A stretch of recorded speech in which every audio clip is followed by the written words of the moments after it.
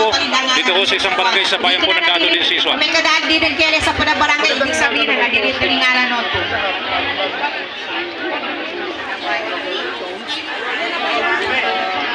Ang event nito ay isang mahalagang event para sa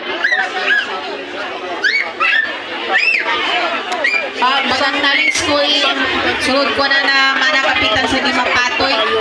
Kap, si Kapitan JR.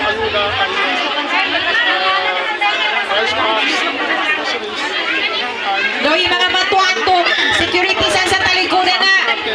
Kung ano pa ni mga matuasan, mag-ingay. PWD ni Bundoy, ada na ba sa pipini sa nawata?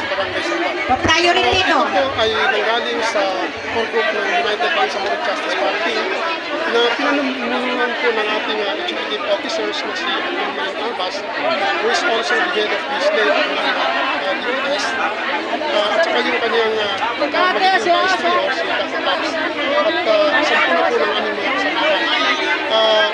Isang tulong po ito sa mga tao dito sa barangay Simbayan. Dito tayo nagkaroon ng limitasyon. Lahat po ng gustong mag-a-apply dito ay pwede po magkaroon at makapagpapit. So yan po ang ginaganap po natin, ginagawa natin dito sa barangay Simbayan. At kung maaari lang po ay pwede pa rin po natin dadagdagan ng another extension kung sakali po hindi natin makamulit ang lahat sa araw na ito. Dahil ang inaasahan po natin ay makapag-servisyo po ang UBJP Code po dito sa Hinswat. Hindi lamang po dito sa Rato de Hinswat, kundi ang mga kalatig na bayan, lalong-lalo na po sa probinsya ng Maguindano del Norte. Inaasahan po mga ilang libo katao yung inaasahan pupunta lamang dito, sir. Supposed to be, pinaghandaan po natin ang halos 3,000 na beneficiaryo. Pero malamang magkaroon ng expansion pa rin ito dahil sa dami po ng legislation na mga tao dito sa barangay Simbayan. May palinya siya mag-validate na, i-ready nyo rin yung ID no. Baka kung Prepare nyo yung ID no para dito kogod.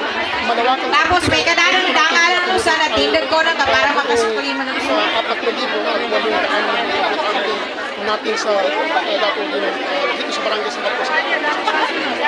Pang ilang barangay na ito na naikot po ng inyong grupo, sir, alam namin halos sa buong barangay yata sinusuit po ninyo para magandog ng mga tulong tulad ho nito, sir. So, pinagsikapan po ng liderato ng UBJP, Corjo, dito sa DOS, na yung 34 po ng mga barangays na magkakaroon tayo ng ayuda sa kanila. Nagsimula po dito sa Barangay Awan noong nakaraang linggo, January 22, kung hindi ako nagkakamali, sa 18 mga sitios at nagkaroon tayo ng 3 cluster.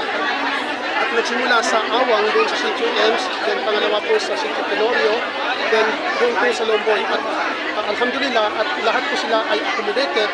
At baka may mga ilan-ilan lang po na hindi natin hindi nabigyan ng leadership dahil po sa ayaw din nilang makibahagi doon sa mga benepisyo na binibigay po ng ating liderato.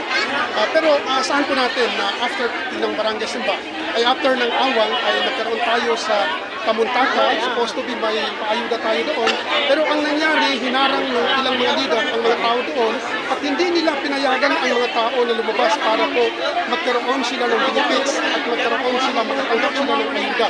Kaya, lumipat na lang kami sa barangay Dunay proper at that time. At nagkaroon din tayo ng ayuda doon na halos 2,000 po ang natiyayaan natin doon. Ang ilan po ay, dito po sila nakisali. Yung ilan na hindi po nakatanggap dahil naubos po yung ayuda at ngayon, in-expand po natin dito sa Barangay Simba. And right after this, papunta naman po tayo sa ilang mga parating ng barangay hanggang po sa makumpleto at mabuo natin ang buong dato ng Sinswat na mabigyan ng ayuda. Hindi lamang po ayuda ang gusto natin ibahagi sa kanila, maging ang mga medical na benefits ay pwede po natin ilatag at ibibigay po sa atin. Ibibigay po natin yan sa pamamagitan po ng tulong ng ating mga ministries na sila po ang pwedeng magbibigay sa atin dyan. Dahil partnership po ng UBJP ngayon, ang Bangsamoro Autonomous Region ng Mindanao at ang lahat po ng mapapakinabangan ng taong bayan ay pwede po natin dadalhin sa kanila kung sakaling papayagan po tayo sa kanilang mga communities. So yan po ang pwede natin magawa dito sa Datong Prinsesa.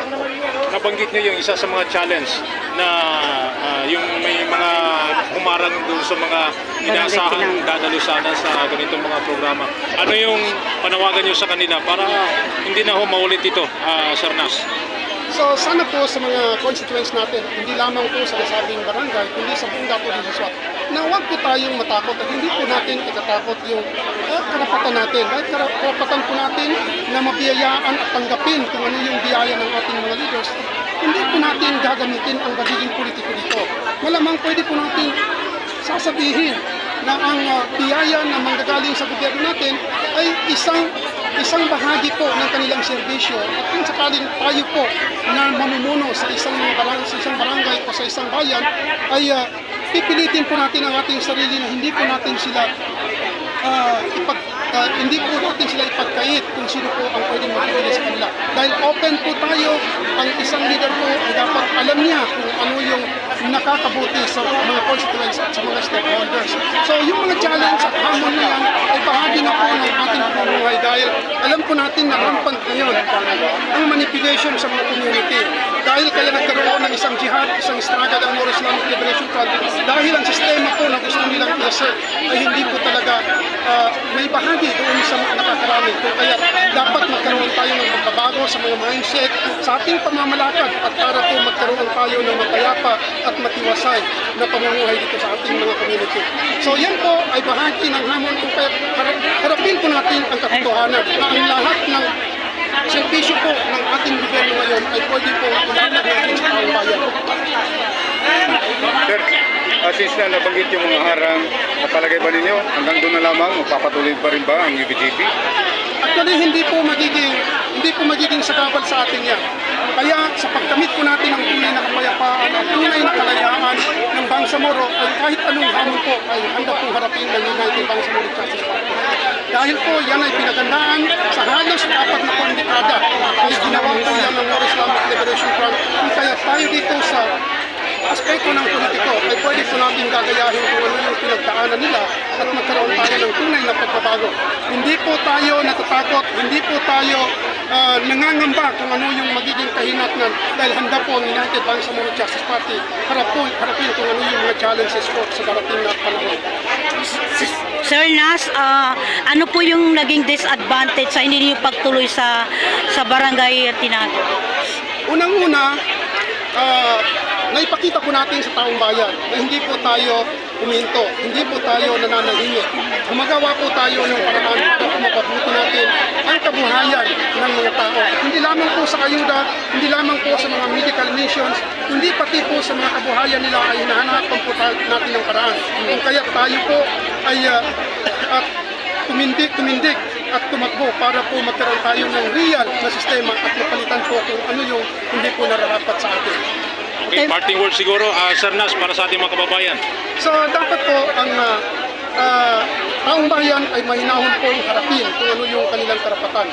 Karapatan sa pagkamit na kung ano yung dapat na ibabahagi sa kanila ng gobyerno, pamahalaang Bangsamoro Autonomous Region, at kung ano po ang kanilang nararamdaman ay hindi po dapat itatakot kung ano yung dapat nilang gawin. Lalong-lalo na po paparating ngayon ang kampanya. So dapat hindi po natin titingnan ang aspeto ng pansarili, kundi tingnan natin kung ano yung nakakabuti sa nakakarami at magiging benepisyo po ng ating mga constituents. So dapat mainam po natin. Pagani kami sa ampon sa Trebola, ito para pagkaroon ng bibukas na rin doon natin ang hindi nararapat for the weather respect. So, tayo po, yung mga tao, hiniling po natin sa taong bayan, lalong-lalo na po sa Dato Prinsesa, na kung ano po ang nakakabuti sa kanila ay dapat gawin nila at ang basihan po natin ay ang batas at kung ano yung alituntunin na dapat po natin gawin na pwede pong may bahagi sa nakakarami. So maraming salamat po sa inyo, lalong-lalo po sa mga kapatid natin mga media at saka yan po ang pwede natin may parating po kasama John. Thank you, sir. Okay, maraming So, salamat. maraming salamat po sa ating lahat. Sukran. Assalamualaikum. Waalaikumsalam warahmatullahi wabarakatuh.